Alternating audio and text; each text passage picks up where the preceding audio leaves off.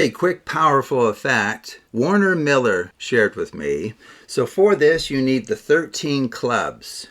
And go ahead and just pull out the court cards, or the royalty cards, as they're often called, because you're going to choose from among them as a helper card. The rest of the cards can be randomized by you, the spectator. So mix these really, really well. Okay. Now I need you to deal these cards out into 3 piles of 3. But you will have 1 card left over. Okay, so just 3 piles of 3, like that. And then you're free to choose where this one goes. Where would you like this one? Top right? Okay, very good. Okay, now among the 2 piles of 3, which of these do you like to work with?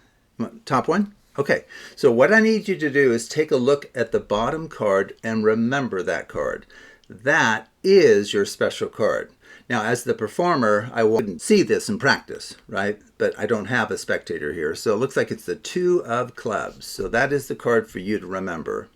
And then I need you to set this packet on top of the other pile of 3, and then set the combined packet on top of the pile of 4. Now, which of these royalty cards would you like as a helper? You want the queen? Okay, very good. Queen's probably a good choice. We'll set her on top right here. Now, if you stick around to the end, I'll explain what steps are essential for this to work and which ones you could cut out if you want to shorten the routine. Okay, so stick around to the end. Now, since we very much know a lot about the organization of this packet, we probably should mix it so that no one knows where anything is in it. Okay? Now, 2 great mixing procedures are the Klondike Shuffle, which I can show you, and something called the Mange Shuffle. So which of those 2 would you like me to perform first? And I'll do what you've asked. You want the Mange Shuffle first. Okay, so let me show you how that works. You push the top card into your other hand. The next one goes over, under, over, under, over, under, over, under, over, under. Okay, so that is a Mange, over, under. And then the Klondike is where you take the top and bottom cards off as 1. Okay, you can just imagine the cards really being scrambled there. Okay, very good. So now all we're going to do is we're going to spell the name of your freely chosen helper card, which I believe was the Queen of Clubs. So Queen, drop the rest on top. OF, the rest on top. CLUBS.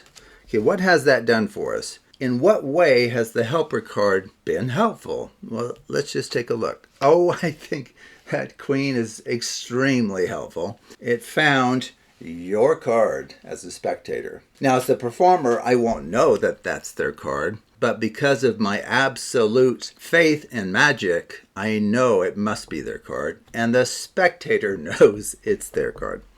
Okay, now amazingly, this randomly arrived at card, which came from you choosing one of the piles and looking at the bottom card, is now going to locate for us the helper card. So we will essentially be uniting your card with the helper card. In other words, your card now has become the helper card to find the helper card. Okay, so we're going to spell 2 of clubs. TWOOFCLUBS.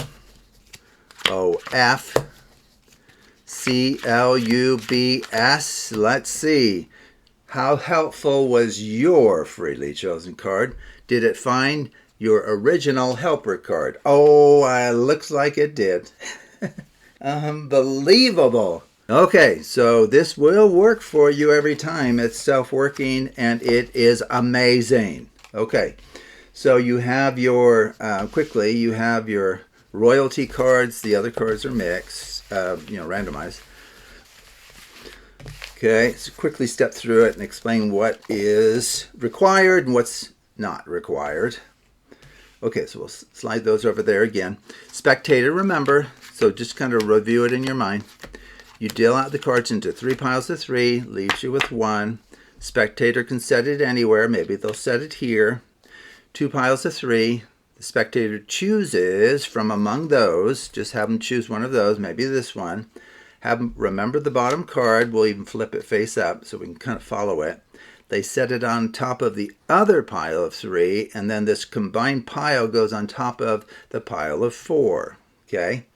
They choose a helper card from among these. Now, the amazing thing is you would think that if this routine works for the Queen of Clubs, it can't possibly work for the Jack or King, because the Queen of Clubs, its first name being Queen, has one more letter in it than King or Jack. But it doesn't matter. So maybe we'll choose the Jack this time, as you'll see. Okay, so we set that one on top. Okay, just like that. Now, this supposed randomization step of offering you the Klondike or the Mange in either order, that is optional. So right from here, you could begin spelling Jack of Clubs, bring the spectator's card to the top, and finish from there. And then spell the spectator's noted card to bring the helper card to the top. Then you're done. But if you have a way of mixing this in a convincing way that brings it back to its original order, that would be great. So all I did was a Klondike Mange pair. Now you have to be careful. We have 11 cards here. So the Mange shuffle that pairs with the Klondike as a false shuffle when done together is the Mange over under. Okay, so why don't we, well, this time we'll do the Klondike first. Maybe they'll say, I want that Klondike. It sounds kind of interesting. Well, this is the Klondike right here. Klondike shuffle. And now we need to do a Mange over under, over under, over under, over under, over under. Okay, and we've actually returned the packet to the order it was in before we did that pair of shuffles. And now from here, you just finish. You just spell out the name of the spectator's helper card, which is the Jack, J-A-C-K, and then O-F, and of course they all have the same last name, C-L-U-B-S, and there it is. There's their card. And now we're going to spell their freely arrived at card to find their helper card. 7 of clubs. Okay, S-E-V-E-N, drop the rest on top. O-F, drop the rest on top. C-L-U-B-S. Did your card prove to be helpful in finding the helper card? Oh, it did indeed. Amazing. You are amazing. Anyway, this is a wonderful effect.